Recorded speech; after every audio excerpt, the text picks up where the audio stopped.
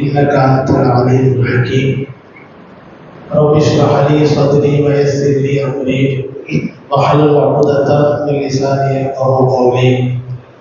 رب زدني علما.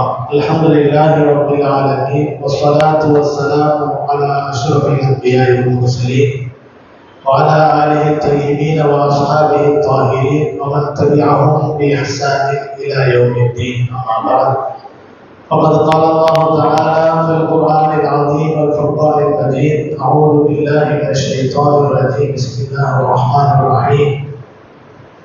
سبحان الذي أسرى بعبده ليلا من المسجد الحرام إلى المسجد الأقصى الذي باركنا حوله لنريه من آياتنا إنه هو السميع البصير. صدق الله العظيم وصدق رسوله النبي الكريم، ونحن على ذلك من الشاهدين والشاكرين والحمد لله رب العالمين. எல்லா புகழும் ஏக வல்லவனார் அல்லாஹ்வுக்கு உரித்தானது. ஸலவாத்தும் ஸலாமும் சங்கைமிக்க பெருமானார் முஹம்மது முஸ்தபா ஸல்லல்லாஹு அலைஹி வஸல்லம் அவர்களின் மீதும், அன்னாரின் கிளையார்கள், தோழர்கள், சுஹதாக்கள், சாலிஹீன்கள், வலிமார்கள், உலக முஸ்லிம்கள் அனைவரின் மீதும், குறிப்பாக இங்கே வருகை தந்திருக்கக்கூடிய நம் அனைவரின் மீதும் எல்லாம் வல்ல அல்லாஹ்வின் பேரருளும் பேருபகாரமும் என்றென்றும் நிரந்தரமாக நிறைவேற்றுமாகுக. சங்கைக்கும் பெருமதிப்பிற்கும் உரிய பெரியார்களே, கண்ணியத்திற்குரிய எல்லாம் வல்ல அல்லாஹ்வின் நல்லடியார்களே, அல்லாஹ் சுப்ஹானஹு வ தஆலா இன்று ஓதப்பட்ட சூரா பனு இஸ்ராயீலின் அத்தியாயத்தின் மூலம் முதல் வசனத்தில் அல்லாஹ் சொல்லி காட்டுகிறான்: அல்லாஹ் மிகவும் பரிசுத்தமானவன். அந்த அல்லாஹ் தன்னுடைய அடியாராகிய முஹம்மது ஸல்லல்லாஹு அலைஹி வஸல்லம் அவர்களை மக்காவில் இருக்கக்கூடிய மஸ்ஜிதுல் ஹராமிலிருந்து ஜெருசலமில் இருக்கக்கூடிய மஸ்ஜிதுல் அக்ஸா வரை இரவோடு இரவாக அழைத்து சென்றார். மஸ்ஜிதுல் அக்ஸாவை சுற்றிலும் நாம்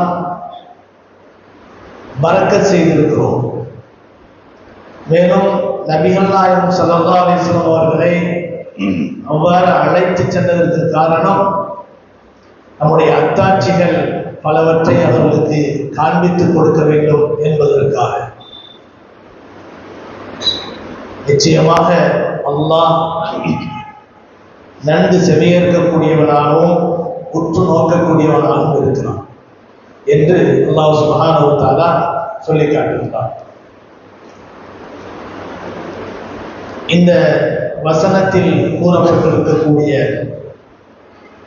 மியாராஜ் சம்பந்தப்பட்ட நிகழ்வுகளையும், அதை தொடர்ந்து அந்த நிகழ்வின் போது காட்டப்பட்ட பலவிதமான அத்தாட்சி மிகுந்த பல காட்சிகளை பற்றியும் கடந்த வாரங்களிலே நாம் பேசினோம்.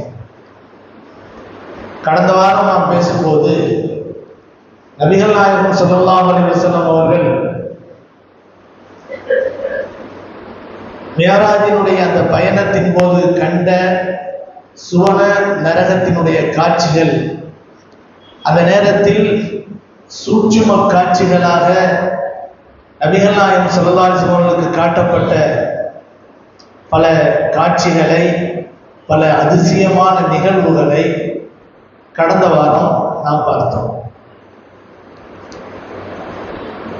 அதே போல இங்கே நாம் முக்கியமாக பேச வேண்டிய, கவனத்தில் கொள்ள வேண்டிய மற்றொரு செய்தி என்னவென்றால், அல்லாஹ் சுப்ஹானஹு வ தஆலா புனிதம் வாய்ந்த இடங்களாக இந்த பூமியில சில இடங்களை அல்லாஹ் ஆக்கி வைத்திருக்கிறார்.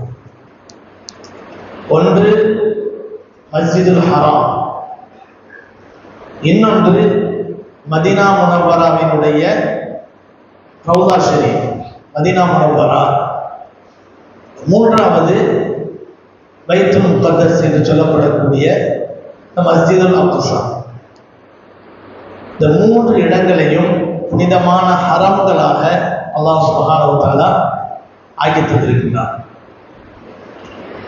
இதில் இங்கே சொல்லப்பட்ட முக்கியமான பள்ளிவாசல் மஸ்ஜிதுல் அக்ஸா என்று சொல்லப்படக்கூடிய பள்ளிவாசல். அக்ஸா என்று சொன்னால் மிக தூரத்தில் இருக்கக்கூடியது என்று பொருளாகும். சூரா யாசீனிலே அல்லாஹ் தஆலா சொல்லும்போது வஜாஅ மின் அக்ஸல் மதீனதி ரஜுலுன் யஸ்ஆ என்று அல்லாஹ் தஆலா சொல்லி காட்டுகிறார். இந்த இடத்திலே சொல்லப்பட்ட அந்த அக்ஸா, அக்ஸல் மதீனதி என்று சொன்னால் அந்த நகரத்தினுடைய தூரமான கடைக்கோடியிலிருந்து ஒரு மனிதன் வந்தார். வஜாஅ மின் அக்ஸல் மதீனதி ரஜுலுன் யஸ்ஆ, விரைந்து வந்தார். قال يا قوم اتبعوا المرسلين اتبعوا من لا يسألكم أجرا وهم مهتدون. நீங்கள் அல்லாஹ்வினால் அனுப்பப்பட்ட ரசூல்மார்களை நீங்கள் பின்பற்றுங்கள். அந்த ரசூல்மார்களுடைய தன்மை என்ன? அவர்கள் செய்யக்கூடிய சேவைகளுக்கு எந்த கூலியையும் கேட்க மாட்டார்கள். இத்தபிஉ மன் லா யஸ்அலுக்கும் அஜ்ரன் வஹும் முஹ்ததூன், அவர்கள் நேர்வழி பெற்றவர்கள் என்று அல்லாஹ் தஆலா சொல்லி காட்டுகிறார். இது சில மற்ற நபிமார்களுடைய நிகழ்வுகளை பற்றி பேசப்படக்கூடிய ஒரு செய்தி. இந்த இடத்திலே நாம் கவனிக்க வேண்டியது என்னவென்றால், அக்ஸல் மதீனத்தின், அந்த நகரத்தின் கடைக்கோடியிலிருந்து, தூரத்திலிருந்து ஒரு மனிதர் வந்தார். அப்ப அக்ஸா என்று சொன்னால் என்ன அர்த்தம்? தூரம், தூரமான இடம் என்பது பொருளாகும். நபிகள் நாயகம் ஸல்லல்லாஹு அலைஹி வஸல்லம் அவர்கள் வாழ்ந்த மதீனா நகரத்திலிருந்து அல்லது நபியவர்கள் பிரயாணம் செய்த மியராஜுக்கு சென்ற அந்த ஹரமிலிருந்து வடக்கு பக்கமாக உள்ள அந்த பகுதியை நோக்கி நாம் செல்வோமே ஆனால் அது வெகு தூரத்தில் இருக்கக்கூடிய இடமாக அது கருதப்படும். எது? அன்றைய காலத்திலே அது ஷாம் என்று சொல்லப்படும். ஷாமுடைய பகுதியிலே ஒரு பகுதியாக இருந்த ஒரு இடம்தான் ஜெருசலம் என்பது. இன்னைக்கு அந்த ஷாம் என்பது சிரியா என்பதாக பிரிந்திருக்கிறது. பல துண்டுகளாக பிரிக்கப்பட்டு ஷாமுக்குள்ளே அடக்கமாக இருக்கக்கூடிய ஜெருசலம் தனியா வந்துருச்சு, பலஸ்தீன் தனியா வந்துருச்சு, ஜோர்டான் தனியா வந்து விட்டது. இந்த மாதிரி சில இடங்கள்லாம் தனித்தனியா ஆயிடுச்சு. ஆனா இதெல்லாம் ஒன்னா சேர்ந்து இருந்தது தான் ஷாம் என்பது. அந்த காலத்துல ஷாம் என்பது ஒரு பெரிய ஒரு பறந்து விரிந்த மாகாணம். ஆனா இன்னைக்கு சிரியாங்கிறது வேற, அன்னைக்கு இருந்த ஷாம் என்பது வேறு. உலகத்துக்கு ஷாம் என்பது ஒரு பெரிய வியாபார கேந்திரமாக இருந்தது. வியாபாரத்தை ஒரு பெரிய லெவல்ல செய்யக்கூடியவங்க யாருமே ஷாமுக்கு போகாம இருக்க மாட்டாங்க. மக்காவினுடைய வாழ்வாதாரமே ஷாம்ல தான் இருந்துச்சு. ஷாமுக்குள்ள தான் நடக்கும். மக்காவிலிருந்து வாணிப கூட்டத்தார் அடிக்கடி சென்று வருவது ஷாமுக்கு தான். அந்த இடத்திலே ஒரு இடமாக இருந்ததுதான் பலஸ்தீன் என்பது. அந்த பலஸ்தீனத்தினுடைய ஒரு பகுதி இந்த மஸ்ஜிதுல் அக்ஸா என்பது.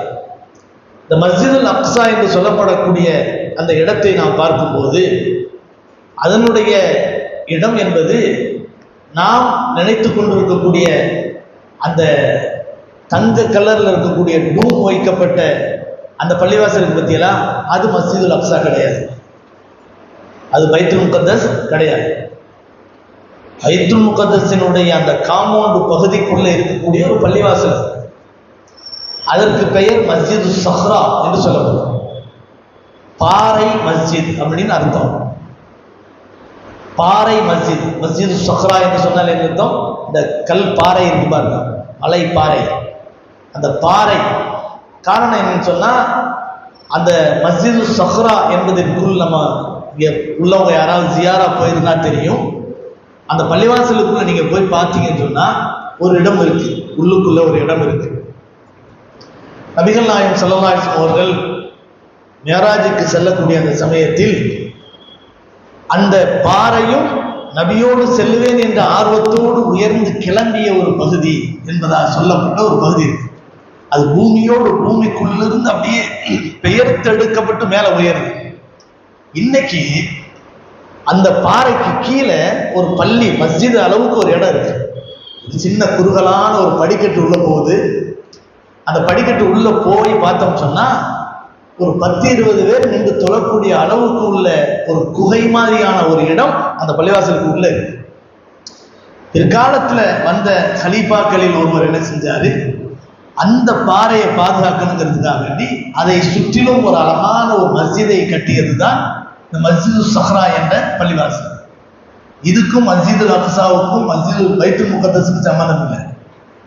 அதுக்கு நேர் எதிரில் இருக்கக்கூடிய கருப்பு நிறத்தில் இருக்கக்கூடிய ஒரு டூம் வைக்கப்பட்ட ஒரு பள்ளிவாசல் இருக்கு பார்த்தீங்களா, அதுதான் மஸ்ஜிதுல் அக்ஸா.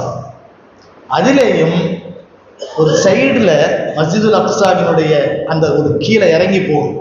உள்ள போய் பார்த்தா அதுதான் சுலைமான் அலைஹிஸ்ஸலாம் அவர்களால் கட்டப்பட்ட பள்ளிவாசல் அப்படின்னு சொல்லப்பட்டு ஒரு பள்ளிவாசல் இருக்கு. அந்த மஸ்ஜிதுல் அக்ஸாவினுடைய அந்த இன்னொரு பகுதியில ஒரு பகுதியில கீழே இறங்கி போனா உள்ளுக்குள்ள பழங்காலத்து பள்ளிவாசல் ஒன்று இருக்கு. அந்த பள்ளிவாசல் சுலைமான் அலைஹிஸ்ஸலாம் அவர்களால் கட்டப்பட்ட மஸ்ஜிதுல் அக்ஸா என்பதாக சொல்லப்படும். அந்த பள்ளிவாசலுக்கு தான் இன்னைக்கு பிரச்சனையே. இன்னைக்கு இருக்கக்கூடிய ஜியோனிஸ்ட் என்று சொல்லப்படக்கூடிய வெறிபிடித்த அந்த யூத கூட்டத்தார் இருக்கிறார்கள். எல்லா யூதர்களும் வெறிபிடித்தவர்கள் என்று சொல்ல முடியாது. ஜியோனிஸ்ட் என்று சொல்லப்படக்கூடிய அந்த இஸ்லாத்தின் மீது வெறியோடு செயல்பட்டுக் கொண்டிருக்கக்கூடிய அந்த மக்களினுடைய நம்பிக்கை என்னன்னு சொன்னா, சுலைமான் அலைஹிஸ்ஸலாம் அவர்கள் கட்டிய அந்த பள்ளிவாசலுக்கு கீழே சுலைமான் அலைஹிஸ்ஸலாம் அவர்களால் கூறப்பட்ட அந்த மந்திரங்கள் அடங்கிய ஒரு ஏடு உள்ள அடக்கமா இருக்கு, உள்ளே புதைக்கப்பட்டிருக்கு.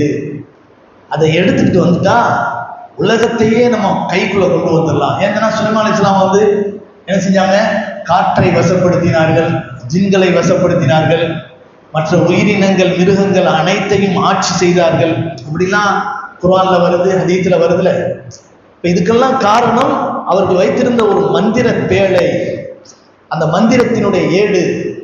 அந்த மந்திரத்தினுடைய ஏடு ரகசியமாக அந்த பள்ளிவாசலுக்கு கீழே பாதுகாத்து வைக்கப்பட்டிருக்கு அப்படிங்கிற மாதிரி இவங்களுடைய நம்பிக்கை. அதை எப்படியாவது உடைச்சிட்டோன்னு சொன்னா கீழே உள்ள அந்த புதையலை எடுத்துடலாம், அதுக்கு பின்னால் அந்த உலகமே நம்ம கையில தான் அப்படிங்கிற மாதிரி எண்ணத்துலதான் இன்னைக்கு பலவிதமான சூழ்ச்சி செய்யப்படுது. அந்த சூழ்ச்சிகள்ல ஒண்ணு என்னன்னு சொன்னா, இந்த மஸ்ஜிதுல் அக்ஸா இருப்பாருங்க, மஸ்ஜிது சஹ்ராவை பத்தி பைத்துல் முகத்தஸ்னோடனே நம்ம கண்ணுக்கு முன்னால் வருது பார்த்தீங்களா, அப்படியே தங்க கலர்ல ஒரு டூம் தெரியுது பாருங்க, அதுதான் நம்ம கண்ணுக்கு வருது. அதுக்கு மஸ்ஜிதுல் அக்ஸாவுக்கு சம்பந்தமே இல்லை. ஆனா அப்படி உருவாக்கப்படுது, இந்த யூதர்களால் உருவாக்கப்படுது மஸ்ஜிதுல் அக்ஸா, மஸ்ஜிதுல் அக்ஸா, இதான். நாளை ஒரு நாள் இவர்களுடைய இந்த உருவாக்கத்தின் காரணத்தினால் அந்த பள்ளிவாசல், அந்த கருப்பு நிற டூம் கொண்ட அந்த பள்ளிவாசல் இடிக்கப்பட்டு வச்சிருக்கேன், அல்லாஹ் காப்பாற்றணும். அப்படி இடிக்கப்பட்டுட்டா உலக அளவிய அடிப்படையில மக்களுக்கு மத்தியில் அது ஒரு பெரிய தாக்கத்தை உண்டாக்காது. இல்லைங்க, நம்ம நினைச்சிருந்த அந்த பைத்துல் முகத்தஸ் இருக்கதானே செய்யுது, அதை யாருமே இடிக்கலையே, இது இடிச்சது வேற ஏதோ ஒரு பள்ளிவாசல். அந்த மாதிரியான ஒரு நிலையை உருவாக்கணும் அப்படிங்கிறதுக்காக வேண்டிதான் இது பைத்துல் முகத்தஸ், இது பைத்துல் முகத்தஸ் என்பதாக மக்களுக்கு முன்பாக காட்டப்பட்டு கொண்டே இருக்கு. ஓரளவு அதில் வெற்றி பெற்று தான் இருக்கிறாங்க. நம்மள மாதிரி ஆட்கள்ல கூட பெரும்பான்மையானவர்கள் மஸ்ஜிதுல் அக்ஸான்னு சொன்னா இதுதான் அப்படின்னு நினைச்சுக்கிட்டு இருக்கோம்ல. ஆனால் இது பிற்காலத்துல அது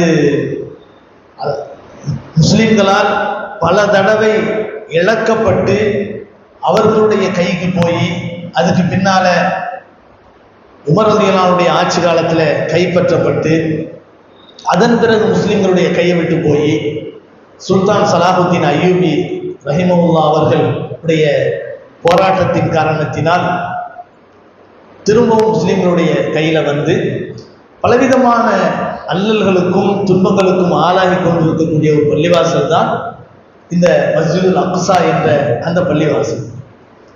இதை பற்றிய ஒரு விழிப்புணர்வையும் ஒரு அறிவு ஞானத்தையும் நாம் பெற்றுக்கொள்வது என்பது மிக அவசியமாகும்.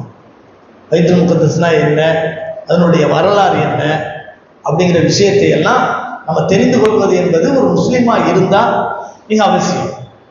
காரணம் என்னன்னு சொன்னா, இன்னொரு முக்கியமான விஷயம் இதுல நம்ம கவனிக்க வேண்டிய ஒரு விஷயம். மஸ்ஜிதுல் அக்ஸா அவர்களால் புனிதமாக கருதப்படக்கூடிய பள்ளிவாசல் என்பதின் காரணத்தினால் அது நமக்கு அதுக்கும் சம்பந்தம் இல்லை அப்படின்னு நினைச்சிடக்கூடாது. மஸ்ஜிதுல் அக்ஸாவுக்கும் முஸ்லிம்களுக்கு மத்தியில் ஒரு பெரிய தொடர்பு இருக்கு. எப்படி நம்ம மற்ற ஹரம்களையும் புனிதமாக நினைக்கிறோமோ, மஸ்ஜிதுல் அக்ஸாவும் உலக முஸ்லிம்களுக்கு மத்தியிலே ஒரு புனிதம் வாய்ந்த ஒரு புனித பூமி அப்படிங்கிறத புரிஞ்சுக்கிறோம். காரணம் என்னன்னு சொன்னா, மஸ்ஜிதுல் அக்ஸாவினுடைய அந்த தன்மையை நம்ம பார்க்கும்போது, கண்மணி நாயகம் ரசூலுல்லாஹி ஸல்லல்லாஹு அலைஹி வஸல்லம் அவர்கள் மியராஜுக்கு சென்ற அந்த நிகழ்வை அல்லாஹ் சுப்ஹானஹு வ தஆலா நேரடியா மக்காவிலிருந்து அரிசிக்கு கூட்டிட்டு போய் அல்லாஹ் பேசிட்டு அனுப்பல. மக்காவில இருந்து மஸ்ஜிதுல் அக்ஸாவுக்கு தான் அழைச்சிட்டு போனான். அங்கதான் நபிமார்களை ஒன்னா கூட வச்சான். அங்கிருந்து தான் பல அற்புதங்களை அல்லாஹ் காட்டினான். அதற்கு பிறகுதான் அல்லாஹ் தஆலா அங்கிருந்து 7 வானங்களை கடந்து நபி அவர்களை அழைத்து சென்றான். இதிலிருந்து மஸ்ஜிதுல் அக்ஸாவினுடைய புனிதம் எவ்வளவு மகத்தானது அப்படிங்கிறது நமக்கு தெரிய வருகிறது. அது மட்டுமல்ல, கண்மணி நாயகம் ரசூலுல்லாஹி ஸல்லல்லாஹு அலைஹி வஸல்லம் அவர்கள் மதீனா நகரத்துக்கு போனதுக்கு பின்னால மஸ்ஜிதுல் அக்ஸாவை முன்னோக்கி தொழ வேண்டும் என்று கட்டளையிட்டார்கள். முஸ்லிம்களுடைய ஆரம்ப கிப்லா மஸ்ஜிதுல் அக்ஸா. மஸ்ஜிதுல் அக்ஸா என்பது முஸ்லிம்களுடைய ஆரம்ப கிப்லா என்பதாக சொல்லப்படும். நபிகள் நாயகம் ஸல்லல்லாஹு அலைஹி வஸல்லம் அவர்கள் கட்டிய நபிகள் நாயகம் ஸல்லல்லாஹு அலைஹி வஸல்லம் அவர்கள் உருவாக்கிய அந்த சட்டம், பைத்துல் முகத்தஸை முன்னோக்கி தொழுங்க என்று சொல்லப்பட்ட அந்த சட்டம் ஏறக்குறைய 16 மாதங்கள் நடைமுறையில் இருந்தது. 16 மாதங்கள் அல்லது 18 மாதங்கள் என்று கூட சொல்லப்படுகின்றன. அப்படின்னா ஏறக்குறைய 1.5 வருஷம் 1.5 வருஷம் 18 மாதங்கள் அல்லது 16 மாதங்கள் அதை நோக்கி தான் முஸ்லிம்கள் தொழுதார்கள்.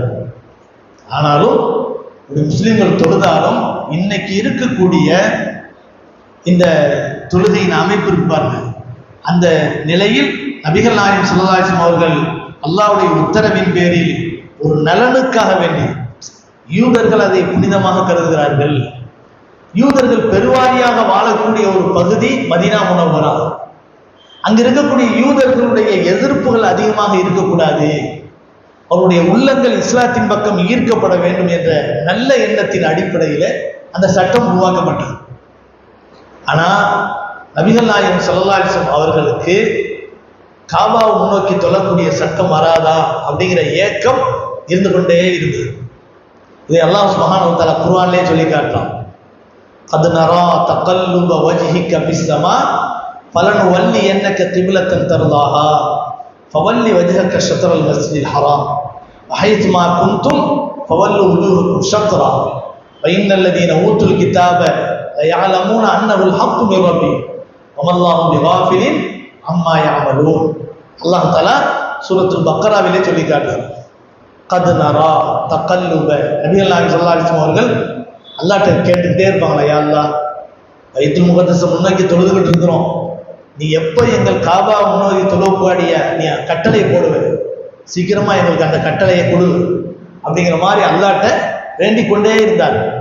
அடிக்கடி வானத்தை முன்னோக்கும், அல்லாஹ் சீக்கிரமா அந்த கட்டளை கொடு, காபா முன்னோக்கி தொழுகிற மாதிரி எங்களுக்கு ஒரு வகையை எங்களுக்கு நீ சீக்கிரமா அறிவி அப்படின்னு நபிகள் நாயகம் ஸல்லல்லாஹு அலைஹி வஸல்லம் அந்த தேட்டத்தின் அடிப்படையில் ஆசையோடும் ஆர்வத்தோடும் அடிக்கடி வானத்தை முன்னோக்கினார். இது அல்லாஹ் குர்ஆன்ல சொல்லும்போது, கத் நரா தகல்லுப வஜ்ஹிக ஃபிஸ்ஸமா, நீங்கள் உங்களுடைய முகம் அடிக்கடி வானத்தை முன்னோக்கி இருப்பதை நாம் பார்த்தோம்.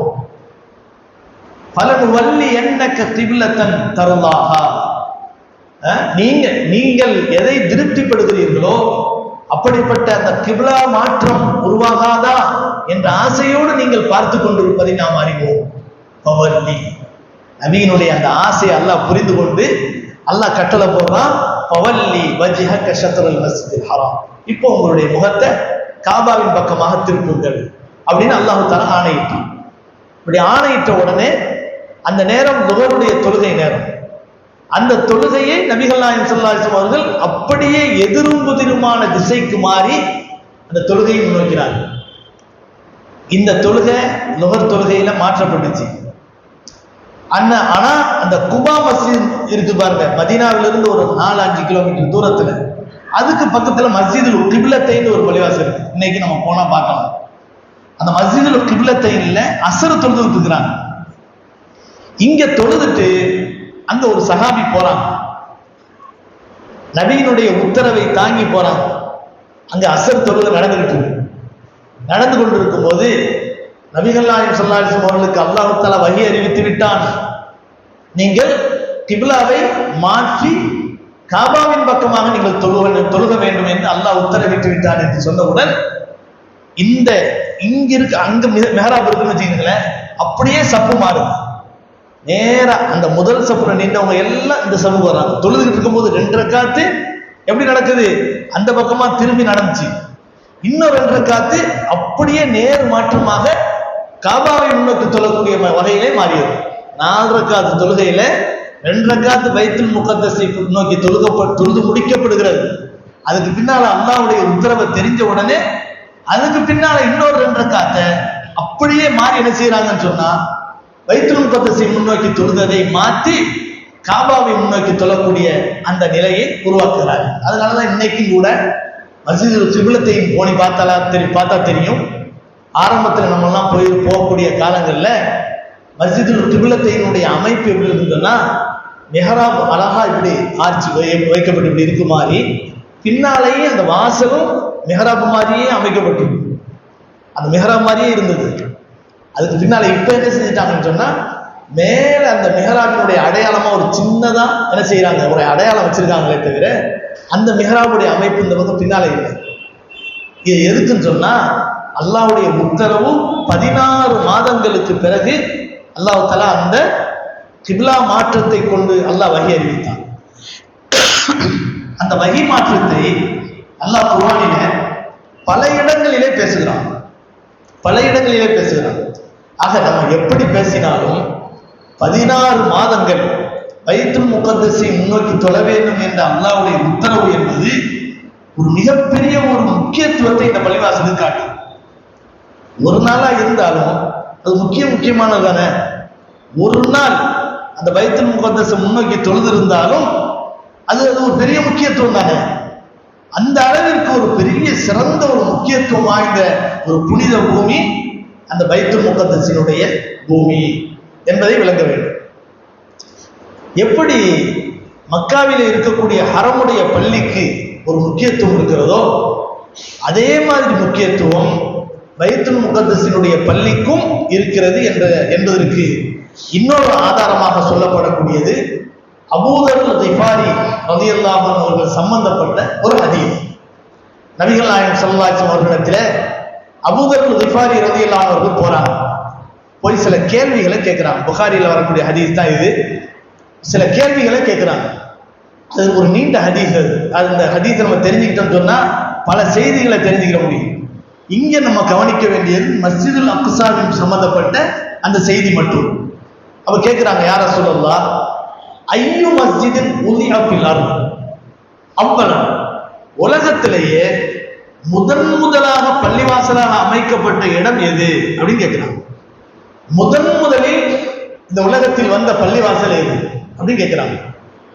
அதுக்கு அல்லாஹ்வே பதில் சொல்றான்ல, இன்ன அவ்வல பைத்தின் உதிஅ லின்னாஸ் லல்லதி பிபக்கத முபாரக்கன் வ ஹுதல் லில் ஆலமீன் ஃபீஹி ஆயாத்துன் பையினாத்துன் மகாம் இப்ராஹீம் வமன் தഖலஹு கான ஆமினா வலில்லாஹி அலன் நாஸி ஹஜ்ஜுல் பைத்தி மன் இஸ்ததாஅ இலைஹி சபீலா வமன் கஃபர ஃபஇன்னல்லாஹ கனிய்யுன் அனில் ஆலமீன். சூரத்து ஆல இம்ரான்ல அல்லாஹ் சொல்றான், இன்ன அவ்வல பைத்தின், நிச்சயமாக முதல் ஆலயம், உதிஅ லின்னாஸ், மக்களுக்காக அமைக்கப்பட்ட முதல் ஆலயம், லல்லதி பிபக்கத முபாரக்க, மக்காவிலே இருக்கக்கூடிய பரக்கத் பொருந்திய இடமாக இருக்கக்கூடிய அந்த மஸ்ஜிதுல் ஹராம் என்ற பள்ளிவாசல், அல்லதி பிபக்கத முபாரக் வஹுத, அது பரக்கத் பொருந்திய இடம், அது நேர்வழி காட்டக்கூடிய இடம், லில் ஆலமீன், அகிலத்தாருக்கு அது ஒரு நேர்வழி காட்டக்கூடிய புனிதத்துவம் வாய்ந்த இடமாகும்.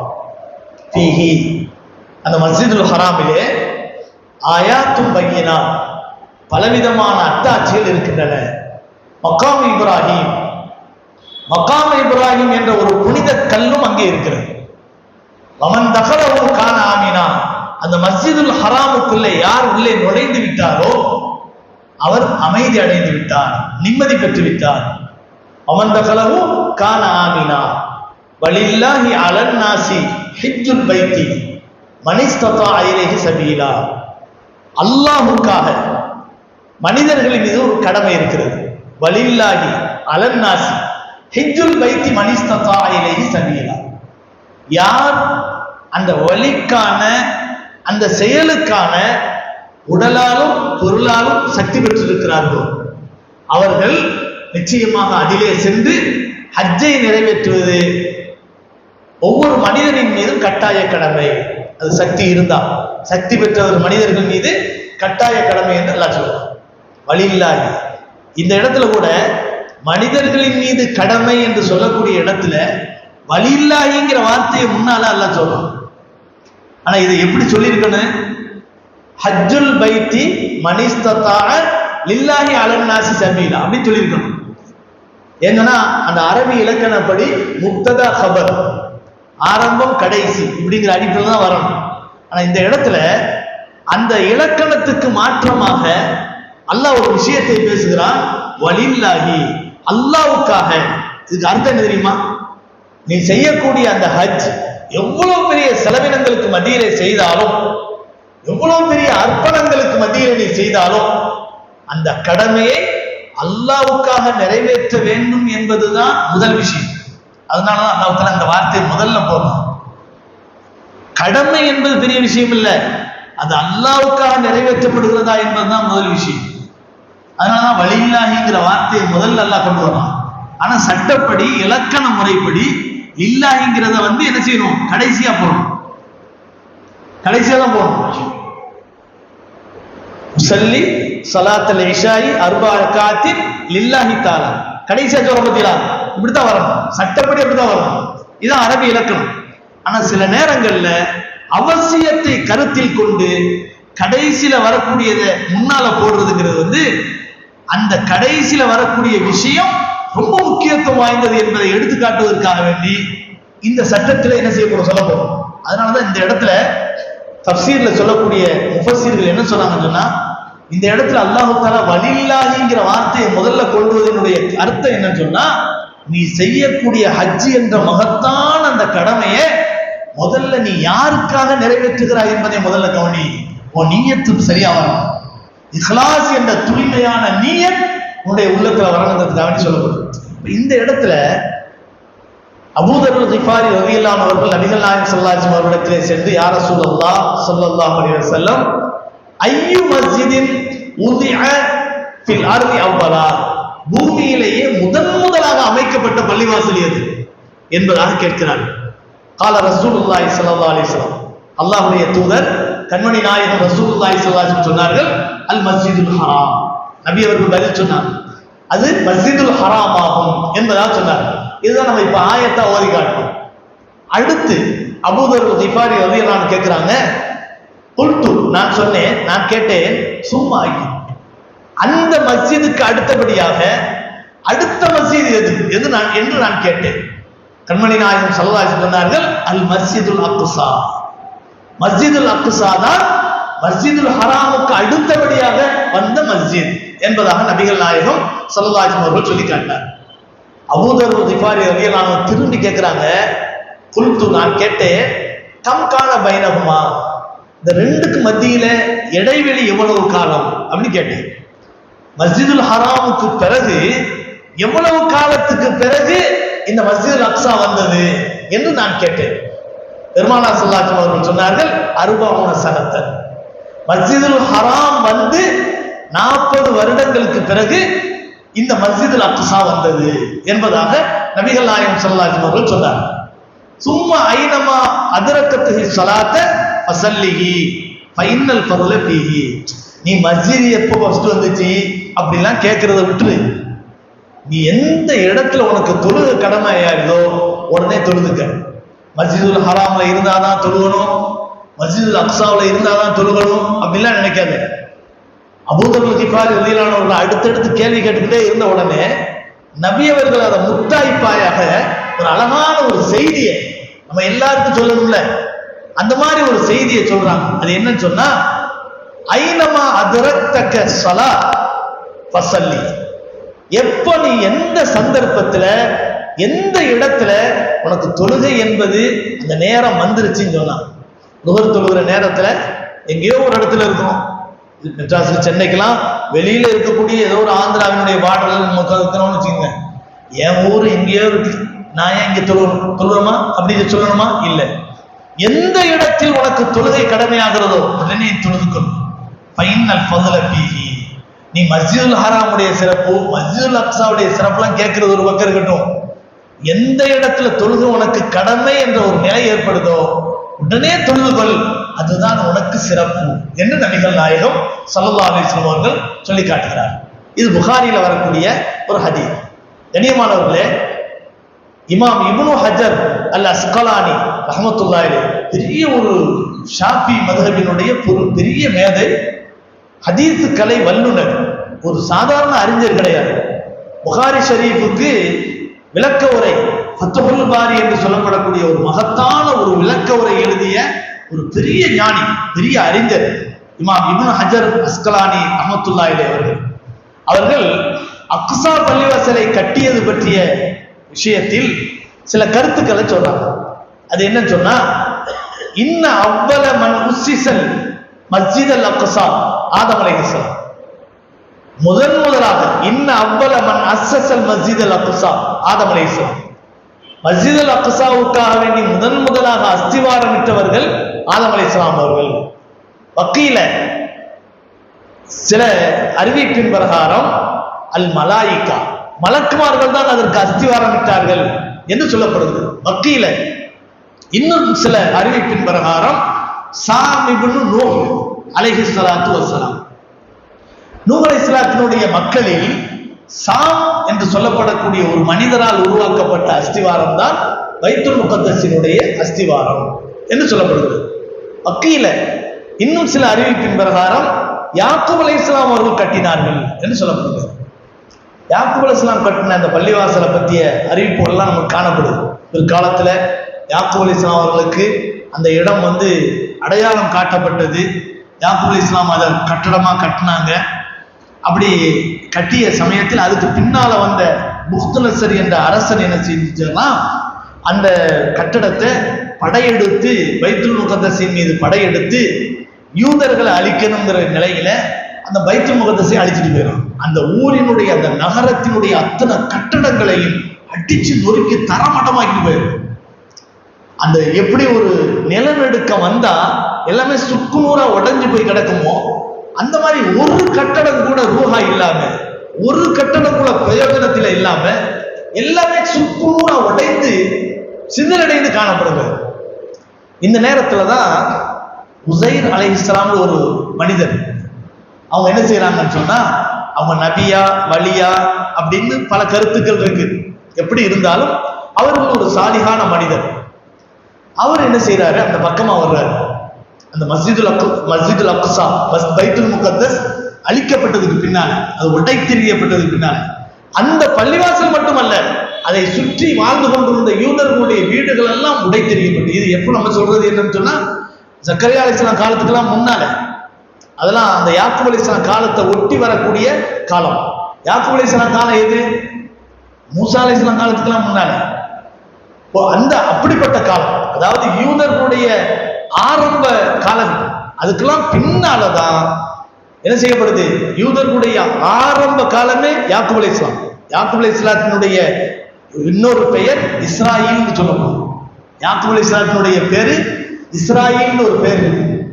மலக்குல் மௌத்துக்கு ஒரு பேர் சொல்றாங்க பார்த்தீங்களா, இஸ்ராயீல். அது இஸ்ராயீல் கிடையாது, அஸ்ராயீல்னு சொல்லுவாங்க. அது கூட மலக்குல் மௌத்துன்னு சொன்னா நல்லா இருக்கும், பிரச்சனை இல்லை. அது பேர் சொல்றாங்க பாருங்களேன். அந்த பேருக்கு என்ன சொன்னா, அதனுடைய உச்சரிப்பு என்ன சொன்னா ஐனு ஸா, அஸ்ராயில் அல்லது இஸ்ராயில் சொல்லுவாங்க. இது இஸ்ராயில். இஸ்ராயில் என்பது யாக்கூப் அலைஹிஸ்ஸலாத்தினுடைய பேர். அதனாலதான் இந்த சூராவுக்கு பேர் பனு இஸ்ராயில். இஸ்ராயில் அதாவது யாக்கூப் அலைஹிஸ்ஸலாத்தினுடைய பிள்ளைகள் அப்படின்னு பேரு. அல்லாஹ் குர்ஆன்ல பல இடங்கள்ல யா பனி இஸ்ராயீல் அஸ்குரு நிஅமதி அல்லதி அல்லாஹ் சொல்றான்ல, அதுக்கு அர்த்தம் என்னன்னு சொன்னா யூதர்களேன்னு அர்த்தம். யாக்கூப் அலைஹிஸ்ஸலாத்தினுடைய பிள்ளைகளே அப்படின்னு அர்த்தம். யாக்கூப் அலைஹிஸ்ஸலாத்தினுடைய மக்கள்ல யஹூதான்னு ஒருத்தர் இருந்தார். அவருடைய வழித்தோன்றல்ல வந்தவங்க தான் யஹூதிகள். அதனாலதான் யஹூதா அப்படிங்கிறதுல இருந்து வரக்கூடிய அந்த பேர் தான் யஹூதி அப்படின்னு சொல்லப்படும். ஆக அவர்கள் யாருன்னு சொன்னா யாக்கூப் அலைஹிஸ்ஸலாத்தினுடைய வழித்தோன்றலில் இருந்து வந்தவர்கள். அதனாலதான் பனு இஸ்ராயீல்னு சொல்றோம். இப்ப அந்த யாக்கூப் அலைஹிஸ்ஸலாம் அவர்கள் அந்த பள்ளிவாசலை கட்டினதுக்கு பின்னால பல காலங்களுக்கு பிறகு புக்துநஸர் என்ற ஒரு அரசன் என்ன செய்யறான், அந்த இடங்களை எல்லாம் அழிச்சு தரமட்டமாக்கி நிர்மூலமாக்கிறான். அந்த நேரத்துல அந்த காலத்துல இன்னைக்கு குர்ஆனை மனனம் செய்த ஹாஃபில்கள் எத்தனை கணக்கு சொல்ல முடியுமா? லட்சக்கணக்கான பேர் இருப்பாங்க. ஒவ்வொரு நாட்டிலையும் லட்சக்கணக்கான ஹாஃபில்கள் இருக்கிறாங்க. குர்ஆனை அல்லாஹ் தஆலா அவ்வளவு இலகுவாக்கி தந்திருக்கிறான். ஆனா தௌராத் வேதத்தை மனப்பாடம் பண்ணவங்க யாருமே இல்லை.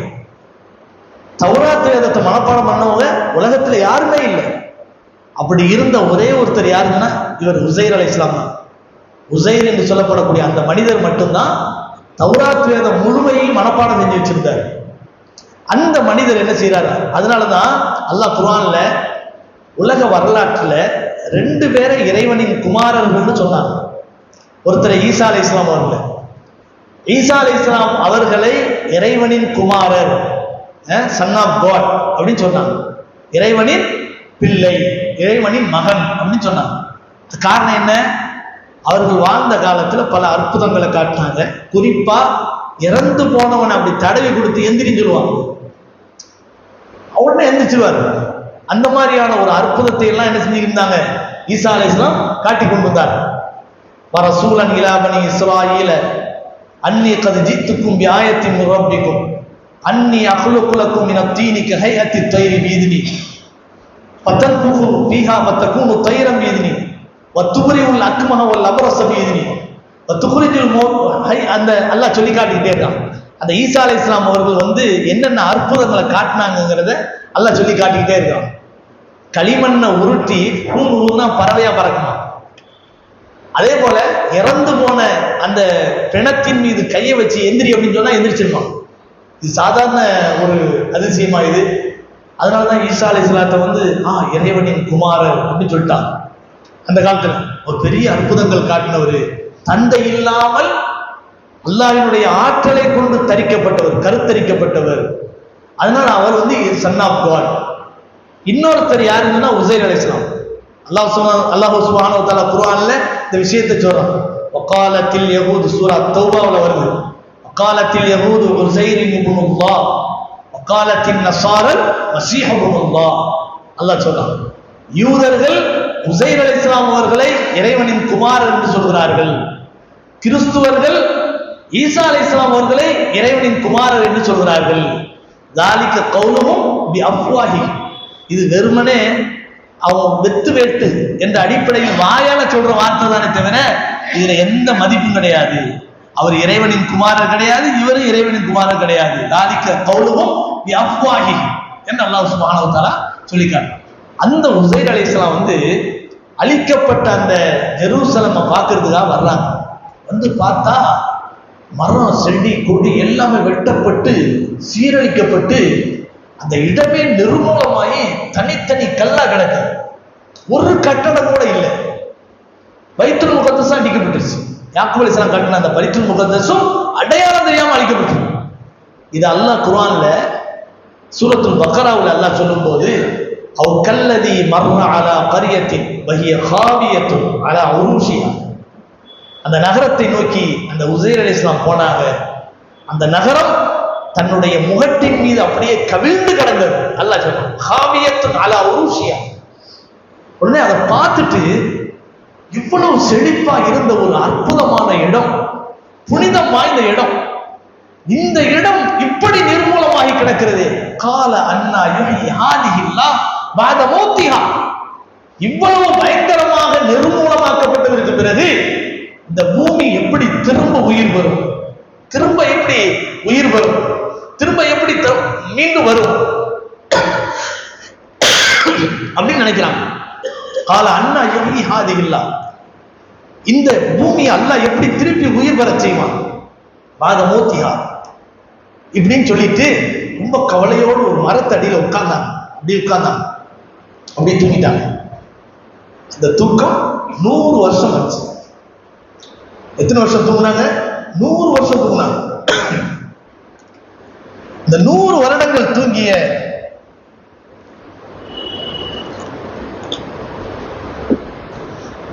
அந்த நிகழ்வை அல்லாஹ் எப்படி பேசுகிறான் என்று சொன்னால், உஸைர் அலைஹிஸ்ஸலாம் தூங்குகிறார். அல்லாஹ் அவரை 100 வருடங்கள் மரணிக்க வைத்தான். 100 வருஷம் தூங்குனதுக்கு பின்னால் எந்திரிச்சாங்க. சும்மா பாசம். அப்ப அந்த இடம் ஃபுல்லா 100 வருஷம் அப்படியே கடந்திருக்கு. யாருமே வந்து பார்க்காம கொள்ளாம இந்த இடிக்கப்பட்ட நிலைமையில அப்படியே 100 வருஷம் கடந்திருக்கு. சும்மா பாசம். அல்லாஹ் தஆலா கேட்டான், எந்திரிச்ச உடனே உஸைர் அலைஹிஸ்ஸலாத்தை பார்த்து கேட்டான், கால கம் லபிஸ், எவ்வளவு நேரம் நீ தூங்கி இருப்ப, நீ தூங்கின நேரம் எவ்வளவு நேரம் நீ தூங்கி இருப்ப அப்படின்னு அல்லாஹ் கேட்கிறான். கால கம் லபிஸ். உடனே உஸைர் அலைஹிஸ்ஸலாம் சொல்றாங்க, என்ன ஒரு பகல் நேரத்துல தூங்கினா, கால லபிஸ் யௌமன் அவ் பாத யௌம், ஒரு நாள் தூங்கி இருப்பேன், ரொம்ப அசதி, ஒரு நாள் தூங்கி இருப்பேன், அல்லது 1.5 நாள் 1.25 நாள் நான் தூங்கி இருப்பேன்னு நினைக்கிறேன் அப்படின்னு சொன்னாங்க. கால வல்ல பிஸ்தமி அத்தாமி, கால அல்லாஹ் சொன்னா, வல்ல பிஸ்தமி அத்தாமி, நீ 100 வருஷம் தூங்கி இருக்கிற. 100 வருஷமா நம்மளால ஏத்துக்கிற முடியுமா அது? கால வல்ல பிஸ்தமி அத்தாமி ஃபந்துர் இலா தஆமிக வ ஷராபிக லம் யத்தஸன்னா வந்துர் இலா ஹிமாரிக வலினஜஅலக ஆயத்தன் லின்னாஸ் வந்துர் இலல் இதாமி கைஃப நுன்ஷிசுஹா சும்ம நக்ஸுஹா லஹ்மா. அல்லாஹ் சொல்றான், சீக்கிரமா வீணா போற பொருளை அப்படியே வச்சிருக்கிறேன், கொஞ்ச நாளாவது உயிரோடு இருக்கக்கூடிய பொருளை அழிச்சிட்டேன், ஆனா அதை எப்படி உயிர் கொடுத்து எழுப்புங்கிறது எனக்கு தெரியும் அப்படின்னு அல்லாஹ் தஆலா 2 உதாரணத்தை காட்டுறான். ஒண்ணு, அவர்கள் சாப்பிடுவதற்காக கொண்டு வந்திருந்த உணவை மூடி வச்சுட்டு படுத்து கிடக்கிறாங்க. கால வல்ல பிஸ்தமியா தாமி பங்குர் இலா தஆமி வ ஷராபிக லம் யத்தஸன்னா, அந்த உணவை பாரு, திறந்து பார்க்கறாங்க, வாடையே மாறல, அப்படியே ஃப்ரெஷ்ஷா இருக்கு. 100 வருஷம். ஆனா உணவு சமைச்சு வச்சா எவ்வளவு நேரம் இருக்கும்?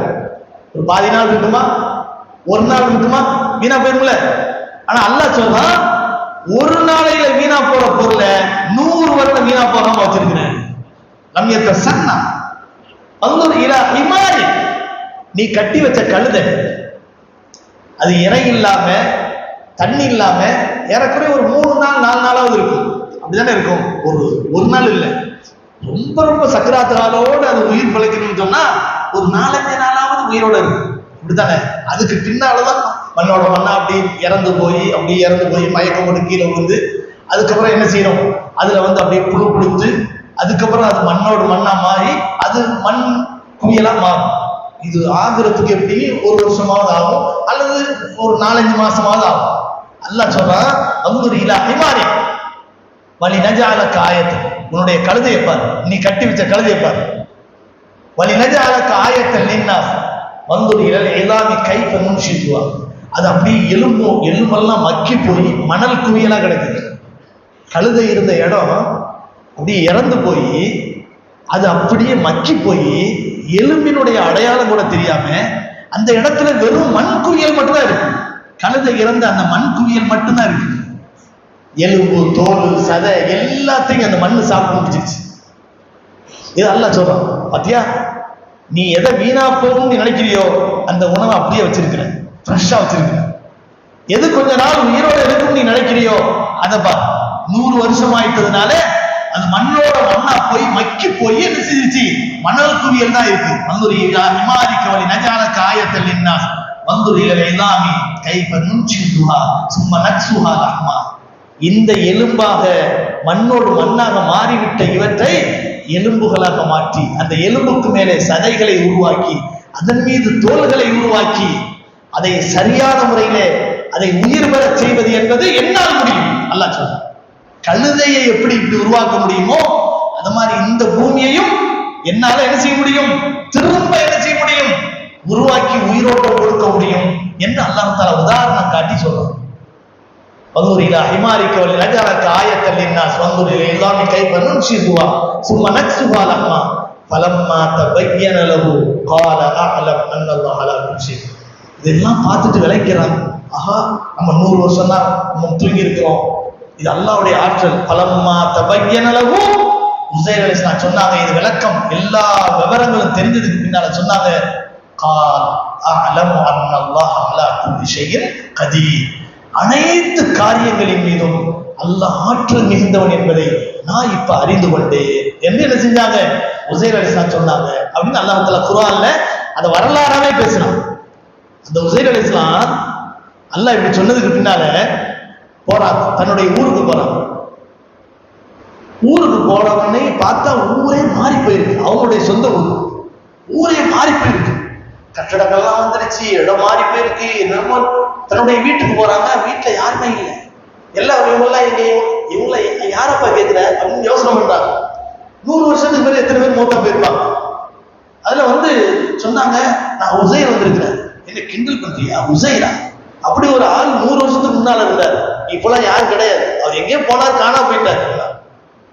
அந்த உஸைருடைய சொந்தக்காரங்க யாராவது இருக்காங்களான்னு கேட்டார். அவர் கேட்டார், அவருடைய அக்கா வயது முதிர்வின் காரணத்தினால் கண் பார்வையை இழந்திருக்கிறாங்க. அப்படியா, கூட்டிட்டு வாங்க அப்படின்றாங்க. கூட்டிட்டு வந்தோடனே, அக்கா என்னைய தெரியுதான்னு கேட்டாங்க. ஆமா, உஸைர் குரல் மாதிரி தெரியுது, நீ யாருப்பா அப்படின்னு கேட்கிறாங்க. கண் தெரியாத அம்மா அக்கா, நான் தான் உஸைர் வந்திருக்கிறேன். என்ன புதுசா கதை விடுற, உஸைர் தான் 100 வருஷத்துக்கு முன்னால காணாம போயிட்டானே, நீ என்னப்பா புதுசா ஒரு கதை சொல்ற அப்படின்னு கேட்டாங்க. எல்லாம் தஃசீர்ல எழுதப்படுது. உடனே அவங்க சொன்னாங்க, நான் தான் உஸைர். நான் இந்த மாதிரி பைத்துல் முகத்தஸை பார்க்க போனேன். அங்க அழிஞ்சு கிடக்கக்கூடிய இடத்தை பார்த்தேன். பார்த்தா எல்லாமே நிர்மூலமா கிடந்துச்சு. அல்லாஹ் என்னை 100 வருஷம் தூங்க வச்சுட்டான், எனக்கு அற்புதத்தை காட்டினான். அப்படின்ன உடனே, நீ உஸைர் என்பதற்கு என்ன அடையாளம் கேட்டான். உஸைர் அலைஹிஸ்ஸலாம் 100 வருஷத்துக்கு முன்னால அந்த ஊர்ல இருக்கக்கூடிய காலத்துல அவங்கள்ட்ட இருந்த ஒரு தனித்துவம், ஸ்பெஷலான தன்மை என்னன்னு சொன்னா, அந்த ஊர்லயே, இன்னும் சொல்ல போனா உலகத்திலேயே தௌராத் வேதத்தை 100க்கு 100 முழுமையாக மனநமிட்டிருந்த ஹாஃபில் அவருக்கு மட்டும்தான். உலகத்திலேயே வேற யாருமே கிடையாது. அவர் சொன்னாரு, 100 வருஷத்துக்கு முன்னால உஸைரா நான் இருந்தக்கூடிய காலத்துல அவருடைய தனித்துவம் என்ன, தௌராத் வேதத்தை மனப்பாடமா சொன்னா இல்லையா, அந்த தௌராத் வேதத்தை நான் சொல்றேன் அப்படிங்கிறாங்க. மக்கள்லாம் ஒன்னா கூடி கேட்கிறாங்க. தௌராத் வேதத்தை சரளமா அப்படியே என்ன செஞ்சாரு, மனப்பாடமா அடிச்சாரு. ஹாஃபில்களை ஒரு நாளையில உட்கார வச்சு குர்ஆன் படிக்க முடிக்க வைக்கிறாங்க பத்தியெல்லாம் சில இடங்கள்ல. அந்த மாதிரி தௌராத் வேதத்தை ஒரே நேரத்தில் எக்தம் ஒரே சந்தர்ப்பத்தில் என்ன செய்யறாரு, அவர் தௌராத் வேதம் முழுவதையும் ஓதி முடிக்கிறார். அந்த மக்கள் அனைவரும், உஸைர் சாதாரண மனித பிறவி அல்ல, இறைவனின் குமாரன் அப்படின்ட்டாங்க. இதுதான் அல்லாஹ் தஆலா குர்ஆன்ல சொல்றான். எதுக்கு இது சொல்றோம்னு சொன்னா, யாக்கூப் அலைஹிஸ்ஸலாம் அவர்களால் கட்டப்பட்ட அந்த பைத்துல் முகத்தஸ் இருக்குதா, அது புக்துநஸர் என்ற மன்னனினுடைய கூட்டத்தாரால் அழிக்கப்பட்டு 100 வருஷத்துக்கு மேல கேட்பாரற்று கிடந்துச்சு. அதுக்கு பின்னாலதான் அல்லாஹ் சுப்ஹானஹு வ தஆலா ஜக்கரியா அலைஹிஸ்ஸலாத்துக்கு பின்னால, அதாவது தாவூத் அலைஹிஸ்ஸலாமுடைய ஆட்சி காலத்துல தாவூத் அலைஹிஸ்ஸலாம் அவர்களால் திரும்ப கட்டப்பட்டு சுலைமான் அலைஹிஸ்ஸலாம் அவர்கள் கட்டினாங்க. அப்போ கட்டப்பட்டதுதான் திரும்ப. அதுக்கு பின்னால பலவிதமான மாற்றங்களுக்கு அந்த பள்ளிவாசல் உருவாகிறது. பின்னால முஸ்லிம்களுடைய கையை விட்டு அது போயிருது. உமர் ரலியல்லாஹு ஆட்சி காலத்துல தான் பைத்துல் முகத்தஸ் முஸ்லிம்களுடைய கையில வருது. இன்ஷா அல்லாஹ் அந்த வரலாறை நிச்சயமா நம்ம தெரிஞ்சுக்கிறோம்ங்கிறதுக்காக வேண்டி இந்த பைத்துல் முகத்தஸினுடைய வரலாற்றை பற்றி நம்ம இப்ப பேசியிருக்கிறோம். இன்ஷா அல்லாஹ் வரக்கூடிய வாரமும் இந்த பைத்துல் முகத்தஸினுடைய விஷயத்தை கண்டிப்பா நம்ம சொல்லித்தான். ஏன்னா இன்னைக்கு இருக்கக்கூடிய குழப்பமான சூழல்ல பைத்துல் முகத்தஸின் வரலாறு என்பது, அதன் மாற்றங்கள் என்பது, வரக்கூடிய காலத்தில் அது எப்படி இருக்கும் என்ற விஷயங்களை பற்றி தெரிந்து கொள்வது என்பது சமுதாயத்துக்கு மிக அவசியம் என்ற அடிப்படையில இதை தஃசீரிலே நாம் கொண்டு வருகிறோம். எனவே இன்ஷா அல்லாஹ் வரக்கூடிய வாரமும் அந்த பைத்துல் முகத்தஸ் இவ்வளவு பெரிய ஒரு மறைவுக்கு பிறகு பிற்காலத்துல எப்படி திரும்ப உருவானுச்சு, யாரால கட்டப்பட்டுச்சு, உமர் ரலியல்லாஹு எந்த நிலையில உமர் ரலியல்லாஹு அதை கைப்பற்றினார்கள், அதுக்கு பின்னால முஸ்லிம்களுடைய கையை விட்டு எப்ப போனுச்சு, அதுக்கு பின்னால யாரு சலாஹுதீன் அய்யூபி ரஹ்மத்துல்லாஹி அலைஹி எப்ப அதை பிடிச்சாங்க, இதுக்கு பின்னால இது என்ன நடக்கும், பிற்காலத்துல கியாமத் நாளுடைய காலங்களில் கடைசி காலத்தில் எப்படி இருக்கும் என்ற விஷயங்களை எல்லாம் இன்ஷா அல்லாஹ் அடுத்த வாரம் சொல்லப்படும். அல்லாஹ் சுப்ஹானஹு வ தஆலா எதை சொன்னோமோ எதை கேட்டோமோ அதன்படி அமல் செய்யக்கூடிய நற்பாக்கியத்தை நம் அனைவருக்கும் தந்த அருள் புரிவானாக. வாகிரு தாவானா அனில் ஹம்துலில்லாஹி ரப்பில் ஆலமீன்.